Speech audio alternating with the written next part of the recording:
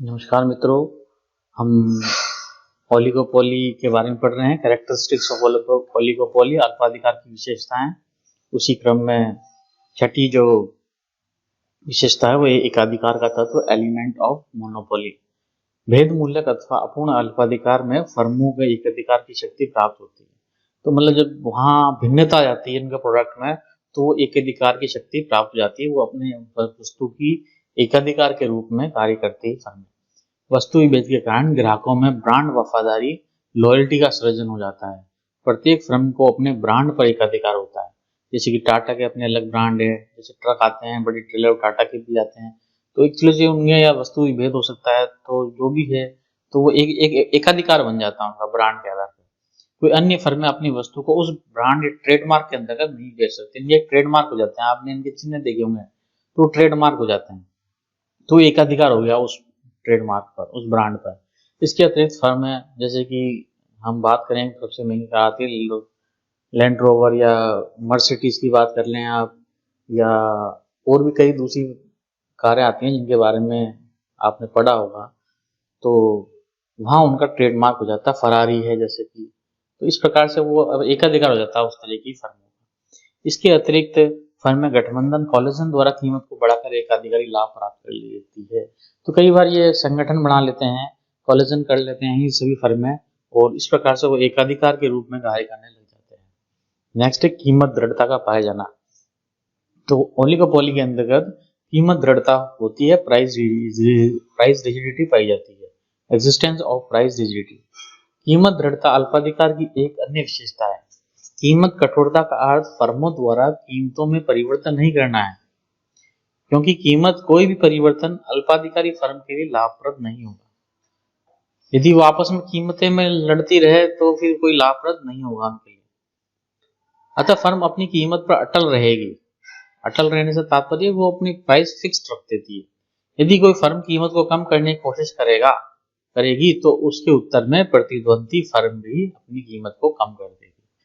अतः ऐसा करने से किसी फर्म को कोई लाभ नहीं होगा। इस प्रकार यदि फर्म अपनी वस्तु की कीमत बढ़ाने का प्रयत्न करती है तो अन्य फर्में ऐसा नहीं करेगी, और फलस्वरूप फर्म अपने ग्राहकों को खो देगी और घाटा उठाएगी। अतः अल्पाधिकारी बाजार में कीमत दृढ़ता पाई जाती है। कीमत दृढ़ता केवल ओलिगोपोली में ही, यानी अल्पाधिकार मार्केट की विशेषता है, और ये इस मार्केट की एक महत्वपूर्ण बिंदु है जो कि कई प्रकार परीक्षाओं में पूछा जाता है, कई प्रकार से और कई बार पूछा गया है। प्राइस रिजिडिटी क्या होती है, कीमत दृढ़ता क्या होती है, इसके 2 नंबर में भी शॉर्ट नोट आते हैं, तो ये महत्वपूर्ण है। इसमें क्या होता है कि एक प्राइस जो होती है वो रिजिडिटी मतलब कठोरता आ जाती है, वो ना तो नीचे गिरती है ना ऊपर बढ़ती है। यदि नीचे गिरती है तो दूसरी प्रतिद्वंदी फर्में भी कीमतें गिरा देगी, और कीमत गिराने से उनको कोई लाभ नहीं होगा, क्योंकि वो प्राइस वॉर शुरू हो जाएगा और दूसरी फर्म फिर कीमत घटाएगी, फिर तीसरी फर्म घटाएगी, आपस में इस प्रकार से घटाती रहेगी। और यदि फर्म कीमत बढ़ाएगी तो उसे नुकसान होगा, और कीमत बढ़ाने से वो अपने जो ग्राहक है उनको खो देगी। तो वो कीमत तो बढ़ाएगी नहीं, परंतु कम कर सकती है। कम करने से कम वो हो जाती है, प्राइस वॉर शुरू हो जाता है, कीमत युद्ध शुरू हो जाता है, तो फिर नुकसान होता है फर्मों को। इसलिए एक कीमत दृढ़ हो जाती है फर्में, और उसे ही हम कीमत दृढ़ता कहते हैं। नेक्स्ट है तीव्र प्रतियोगिता, कीन कंपटीशन। अल्पाधिकार के अंतर्गत प्रतिद्वंदियों में तीव्र प्रतियोगिता पाई जाती है। अल्पाधिकार में विक्रेताओं की संख्या इतनी कम होती है, संख्या क्या होती है, विक्रेताओं की कम होती है, कि किसी एक विक्रेता द्वारा उठाए गए किसी कदम को अन्य प्रतिस्पर्धी विक्रेताओं द्वारा प्रभाव पड़ता है। तो कोई भी एक फर्म अपना कोई एक्टिविटी करती है तो दूसरी फर्म को उसका प्रभाव जरूर पड़ता है, और तुरंत पड़ जाता है। फलस्वरूप प्रत्येक फर्म अपनी प्रतिस्पर्धी गतिविधियों पर पूरी निगरानी रखती है तथा प्रत्युत्तर देने के लिए तैयार रहती है। तो ये फर्में आपस में एक दूसरे की जो मार्केट मूवमेंट होते हैं, नई नई स्ट्रेटेजी आती है, उनको बहुत बारीकी से ऑब्जर्व करती है, और जैसे इनकी कोई एक्टिविटी होती है वो अपनी एक्टिविटी को भी चेंज कर देती है। यानी मार्केट को यह ना हो कि वो मार्केट दूसरी कंपनी कैप्चर कर ले। तो इस प्रकार से बॉडी कीन कंपटीशन पाया जाता है। एक अल्पाधिकारी के लिए व्यापार एक निरंतर संघर्ष में जीवन है, क्योंकि बाजार की अवस्थाएं उसे प्रत्येक चाल का सामना करने के लिए विवश करती है। इस प्रकार प्रतियोगिता अद्वितीय यूनिक होती है, जो कि अन्य बाजारों में नहीं पाई जाती। अल्पाधिकार प्रतियोगिता का उच्चतम रूप है, सबसे ज्यादा हाईएस्ट कंपटीशन जो मिलेगा मार्केट में वो आपको ओलिगोपोली यानी अल्पाधिकार के अंतर्गत देखने को मिलेगा। अनिश्चितता, अनसर्टेनिटी, अल्पाधिकार में फर्मों की परस्पर अंतर्निर्भरता के कारण विभिन्न फर्मों के व्यवहार संबंधी कोई भविष्यवाणी नहीं की जा सकती। और अनसर्टेनिटी होती है अल्पाधिकार के अंतर्गत पहले से विद्यमान तथ्यों के आधार पर आर्थिक परिवर्तनों के कारण अनुमान लगाना कठिन होता है, अतः अल्पाधिकारी बाजार में अनिश्चितता बनी रहती है। तो ये मार्केट जो था वो अनिश्चित होता है कि कौन सी फर्म क्या मूवमेंट करेगी, क्या रिएक्शन देगी किसी एक एक्टिविटी का।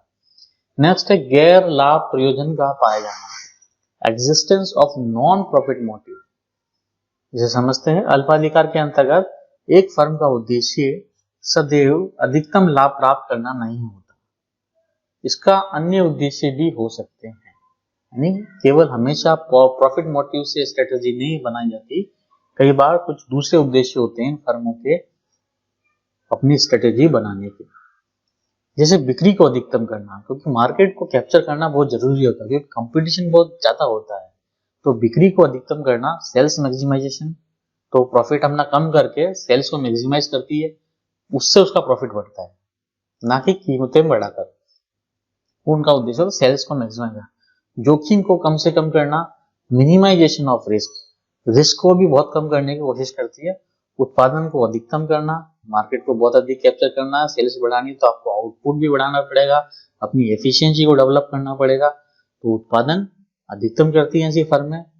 उत्पादन अधिकतम करना, सुरक्षा को अधिकतम करना, सिक्योरिटी मैक्सिमाइजेशन, कि भाई दूसरी फर्मों से किस प्रकार अपना सिक्योरिटी बनाए, स्ट्रेटेजी बनाए। अधिकतम लाभ के उद्देश्य की अनुपस्थिति में उत्पादन तथा कीमत के संतुलन स्तर का निर्धारण बहुत कठिन होता है। तो जिनका प्रॉफिट वो मोटिव नहीं होता, तो ऐसी स्थिति में इसका संतुलन का निर्धारण करना बहुत मुश्किल हो जाता है, क्योंकि इसके दूसरे उद्देश्य हो जाते हैं, सेल्स मैक्सिमाइजेशन को, रिस्क को कम करना होता है, उत्पादन को अधिकतम करना, सिक्योरिटी को बढ़ाना, ऐसे अन्य उद्देश्य हो सकते हैं जिनके कारण मार्केट को कैप्चर करने का नई नई स्ट्रेटेजी होती है। तो इस प्रकार से, क्योंकि जैसे हमने इससे पहले विशेषता देखी, कीन कंपटीशन होता है, उत्पादन में प्रतियोगिता बहुत अधिक होती है, तो ऐसी स्थिति में ये कई बार नॉन प्रॉफिट मोटिव से भी अपनी स्ट्रेटेजी को बनाती है। प्रवेश पर कुछ प्रतिबंध, सम बैरियर टू एंट्री, अल्पाधिकार फर्म तथा उद्योग में प्रवेश पाने पर प्रतिबंधों का पाया जाना एक अन्य विशेषता है। कुछ सामान्य प्रतिबंध इस प्रकार के हैं, जैसे पैमाने की बचत है, पुरानी फर्मों को निरपेक्ष लागत लाभ प्राप्त होता है, पेटेंट अधिकार, यानी ऐसी कुछ होती है चीजें, जैसे पेटेंट का होता है, आगत पर नियंत्रण, ठीक है, निरपेक्ष लागत लाभ करना। तो इस प्रकार के कुछ ऐसे बैरियर्स होते हैं जो कि नई फर्मों को इसमें आने से रोकते हैं। निरोधक कीमत तथा क्षमता आधिक्य का पाया जाना, उपरोक्त प्रतिबंध नई फर्मों के प्रवेश को रोकते हैं। तो ये सब कुछ कारण हो गए जो नई फर्मों को आसानी से प्रवेश नहीं करने देते, क्योंकि नई फर्में आसानी से प्रवेश हो जाएगी तो मार्केट में कंपटीशन और भी ज्यादा हो जाएगा। नेक्स्ट पॉइंट जो हमारा है, अल्पाधिकार फर्मों तथा बाजार के अन्य रूपों का व्यवहार। तो हमने मार्केट को समझ लिया कि अल्पाधिकार में किस प्रकार का मार्केट होता है, किस प्रकार का कंपटीशन होता है, उसकी क्या कैरेक्टरिस्टिक्स होती है। तो behaviour of oligopolistic firms and other market structure. तो देखिए, अल्पाधिकारी फर्मों में उद्योग के अन्य फर्मों के व्यवहार का प्रभाव पड़ता है, जैसे कि हमने ऊपर भी पढ़ा कि अन्य फर्मों का व्यवहार का जरूर प्रभाव पड़ेगा। फर्मों का आचरण सामरिक ढंग, स्ट्रेटेजिक वे का होता है, फर्मों का आचरण सामरिक ढंग का होता है। दूसरे शब्दों में वो इस बात को सुस्पष्ट ध्यान रखती है कि उनके द्वारा लगाए गए लिए गए निर्णय का प्रतियोगी फर्मों पर क्या प्रभाव पड़ेगा। वो इस बात को बिल्कुल ध्यान में रखती है फर्में ओलिगोपोली के अंतर्गत कि उसकी इस स्ट्रेटेजी का दूसरी फर्में क्या रिएक्शन करेगी या उनकी क्या संभावित प्रतिक्रिया होगी। जबकि पूर्णतः प्रतियोगी फर्म तथा एकाधिकार प्रतियोगिता वाली फर्मों का आचरण गैर सामरिक ढंग का होता है। ठीक है, जो एकाधिकारी होती है पूर्ण प्रतियोगिता, उनका नॉन स्ट्रेटेजी, उनकी कोई स्ट्रेटेजी नहीं बनानी पड़ती उनको प्रॉफिट बढ़ाना है तो अपनी सेल को बढ़ाती है, ठीक है, पैमाने की बचतें प्राप्त होती है, परंतु उसको profit maximisation, sales maximisation, output को बढ़ाना या कीमत को कब बढ़ाना कब घटाना, प्राइस रिजिडिटी, ऐसी चीजों का अनुसरण नहीं करती है। नॉन स्ट्रेटेजिक वे केवल इनका होता है, पूर्ण प्रतियोगिता और एकाधिकार का। उनका निर्णय अपनी लागतों तथा मांग वक्रों पर आधारित होता है, जिससे प्रतियोगियों की संभव प्रतिक्रिया को कोई परवाह नहीं की जाती। ठीक है, सामरिक तथा गैर सामरिक आचरण क्या होता है इसको एक बार और समझ लेते हैं। सामरिक आचरण उस आचरण को कहते हैं यानी स्ट्रेटेजिक वे, ठीक है, इसके अंतर्गत एक फर्म वस्तु की कीमत तथा मात्रा का निर्णय लेते समय प्रतियोगी फर्म की प्रतिक्रियाओं का ध्यान में रखती है। यानी यदि कोई फर्म अपनी कीमत का निर्धारण कर रही है तो सामने वाली कीमतों का भी प्रतियोगी का भी रिएक्शन को ध्यान में रखेगी। ये सामरिक कारण होता है स्ट्रेटेजिक वे।